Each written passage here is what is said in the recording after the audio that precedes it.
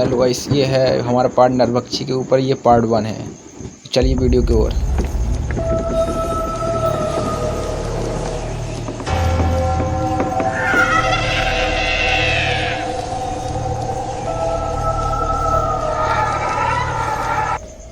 पुराने समय की बात है। एक छोटे से गांव में एक शांतिपूर्ण जीवन व्यतीत हो रहा था। इस गांव के लोग अपनी मेहनत और ईमानदारी के लिए प्रसिद्ध थे, लेकिन इस सुखद जीवन की चुप्पी एक दिन अचानक टूट गई। गांव के उत्तर में एक पुरानी और अंधेरी पहाड़ी थी, जिसे लोग भयानक पहाड़ी कहते थे के नाम से जानते थे। वहां पर एक अनजाना और खौफनाक प्राणी का बसेरा था, जिसे नरभक्षक के नाम से जाना जाता था।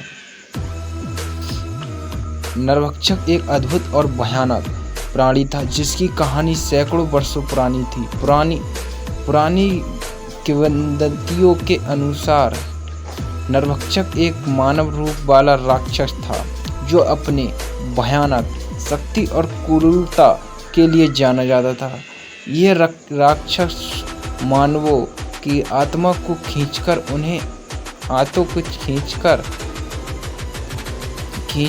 उन्हें असमय मृत्यु की नींद सुला देता। वह किसी भी जीवित प्राणी की आत्मा को अपनी शक्ति से बांध लेता था और उसे प्राणी अपनी शक्ति के लिए करता था।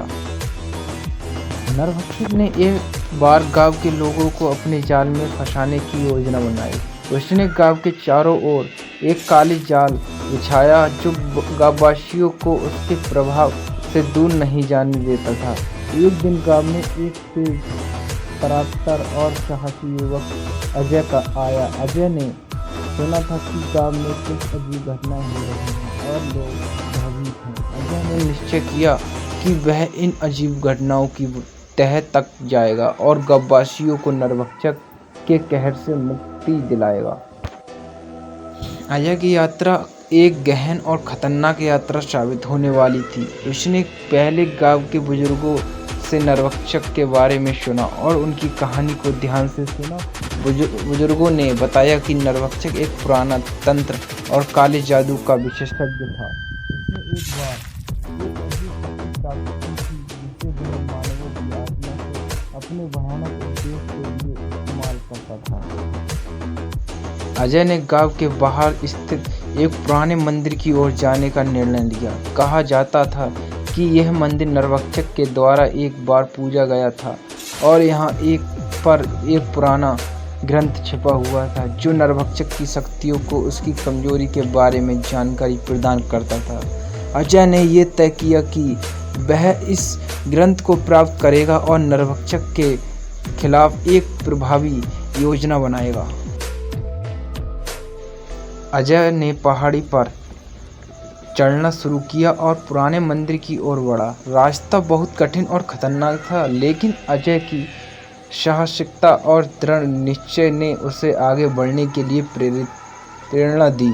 जैसे जैसे वह मंदिर के पास पहुंचा, उसे महसूस हुआ कि वहां का वातावरण अचानक बदल गया था। हवाओं में एक अजीब सी सिहरन थी और चांदनी रात में एक अंधेरा और खौफनाक साया फैल गया था। मंदिर के अंदर अजय ने एक पुराना ग्रंथ पाया, जो गहरे धूल से ढका हुआ था। उसने ग्रंथ को साफ किया और पढ़ना शुरू किया। ग्रंथ में नरभक्षक के बारे में कई रहस्यमयी बातें लिखी हुई थी। अजय ने ना जाना कि नरभक्षक की शक्तियों को समाप्त करने के लिए उसे एक विशेष मंत्र की आवश्यकता थी, जिसे केवल पूर्णिमा की रात को ही पढ़ा जा सकता था। अजय ने ग्रंथ की जानकारी के अनुसार तैयारी और एक विशेष मंत्र की खोज शुरू की। उसकी यात्रा अब एक नई चुनौती की ओर बढ़ रही थी। उसे नरभक्षक के जाल को पार करना और अपनी योजना को सफल बनाना था। इसलिए इस साहसिक यात्रा में उसे बहुत सारे खतरों और रहस्यों का सामना करना पड़ा।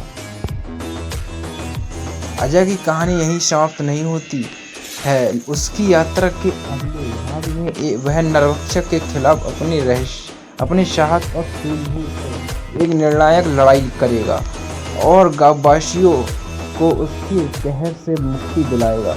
इस यात्रा में उसकी सजगता और धैर्य उसे किस दिशा में ले जाएगी, यह जानने के लिए आप अगले भाग का